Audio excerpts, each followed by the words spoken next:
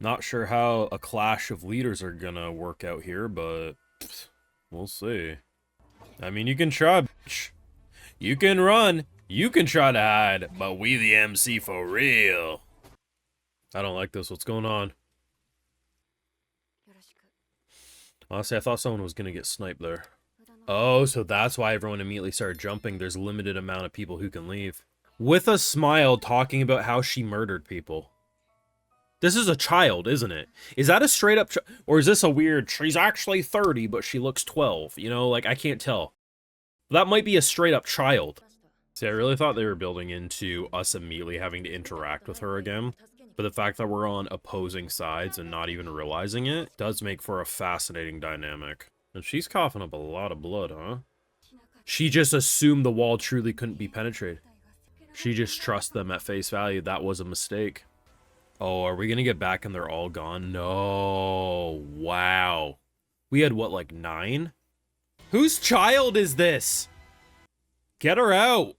Absolutely devastating episode this week. When you kickstart a new game and people are already murdering people by drowning them and seeing some of the most realistic depictions of just cold-blooded murder, you know you're in for a very rude awakening, a rude time, a rude situation. But it does make sense when anyone with a brain who's been a part of these games long enough would be able to realize that there is a limited number of keys to basically leave.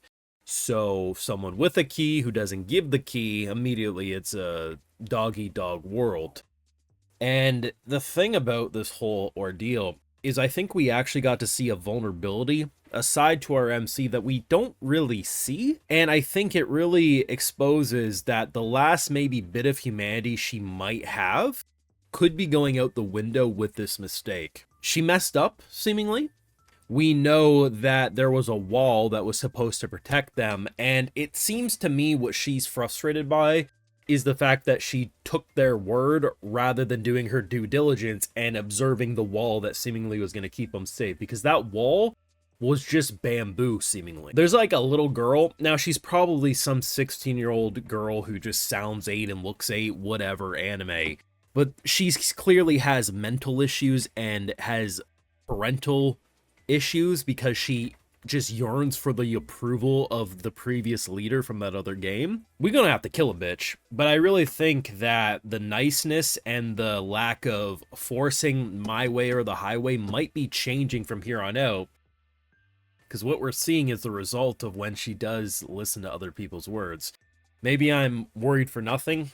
Maybe this won't be a turning point, but I really feel like Shiboyugi reached a turning point this week, and that's terrifying. Let's start the video though. You know what to do. Drop a like, help share your support, subscribe, ring that bell, stay up to date on everything we be uploading. Of course, Patreon, full live reactions and exclusives do live over there, which does help fund the channel and videos just like these. It's because of those wonderful patrons I can continue to do shows like these, because certainly YouTube doesn't reward me, as do the false fans. I'm gonna continue to highlight it. I think it's hilarious that the so-called hype around this show lasted 1 episode. I actually thought it would last 3, so I was slightly wrong.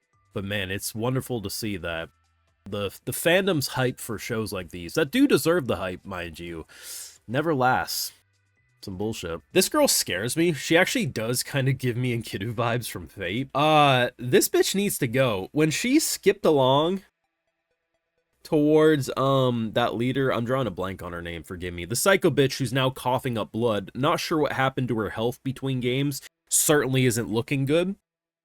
She's like, yeah, I smacked them, I bonked them real good, they couldn't move when I was done with them, and I got 3 keys. It's like I know everyone who joins these games have something wrong in their head, but it's especially fucked up when someone's mentally the age of 6, because that's what it feels like to me, and doing this type of bullshit. I also love how they detailed the blurriness. It felt like, you know how when you sprint, now granted, if you're like me, haven't had a good 100-meter dash in a long time, but if you sprint and you just go past where you should be, and you wind yourself, and you start feeling blurry, lightheaded, that's kind of the vibe I got with how they directed the final few moments of this episode, as if, oh fuck, oh fuck, oh fuck, we messed up.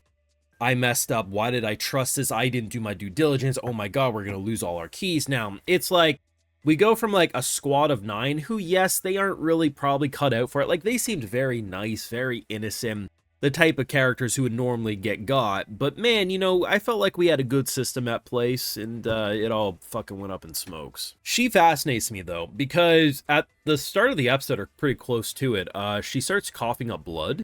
Obviously, it coughs up the cotton wool shit, because that's how it works.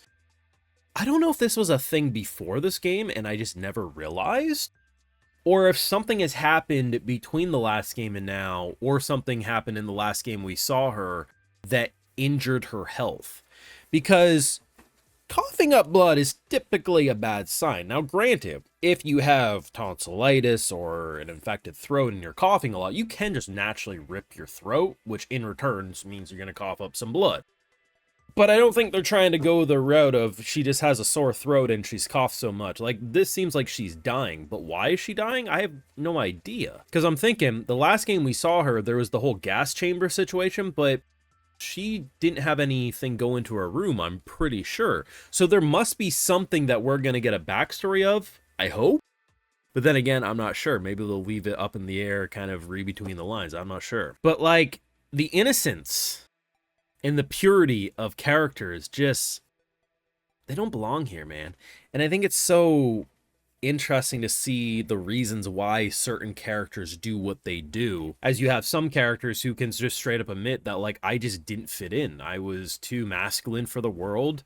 The dresses they had put me in, they didn't look right. I couldn't act as feminine as I was needing to be presented as.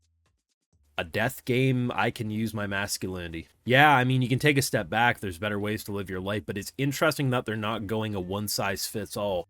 Everyone's just in it for money. Everyone's fucked in the head. Sometimes insecurities can be exploited by a rich man offering you a place to exist, right? Hey, your talents, your looks, your body absolutely belongs in places like this. I mean, people underestimate how much insecurities and vulnerabilities can be exploited. And I think we're looking at a great case of this. And I think the conversation about what would you do if I offered you a way out after this? We give you a job where you'd fit in. And she's like, well, I'd sock you. It really does. It feels like they're two peas in the same pod. She could have escaped at any point, but she thinks she belongs here. Similar here. This is where I belong. Not right, but man, interesting characterization nonetheless. And I think I've highlighted this before. I know I've done it at least in reactions. I'm not sure if I've done it for YouTube videos, but the awkward pauses that they do, especially in this arc, it very much is Evangelion coded. And the specific scene I'm thinking of is the elevator scene. It's one of my favorite scenes in anime. It's where the two girls are going up the elevator and it's just silence. Nothing moves on screen. I forget how long it is, but it's the most obnoxiously long pause because the elevator ride's supposed to be uncomfortable for you, waiting for someone to say something the way it is for them. And similar to this, there's so many shots where I didn't know she's going to start stabbing a bitch. She stood there for so long, I was like, she might just stab a bitch, and then she starts walking. There's a lot of those awkward pauses, but it's not because the production's failing. It's that the director fucking knows what they're doing, and they're masters at what they do. Fantastic episode. I think this arc is more fucked up than I was even anticipating after the drowning scenes, but I do feel like we might be reaching a turning point that no one's ready for, but time will tell. I just hope that the last arc we see is that Woods arc, Candlewoods, whatever the hell that was called. They teased it. It sounds great. Source readers seem hyped about it. Please give it to us, or at least give us a season 2 so we can see it, you know? Thoughts down below. Drop a like, share your support, subscribe, ring that bell, and Patreon for live reactions and exclusives. Like, hey, I'd love to give video shoutouts to those patrons because they make these videos possible. Alrighty, so today we got Ty Braunhaver, Hawkeye288, Carson Steen Jensen, Dr. Gold, Marshmallow God, Shadow, and Frozen. So I appreciate the support. Please take care, and y'all have a good one.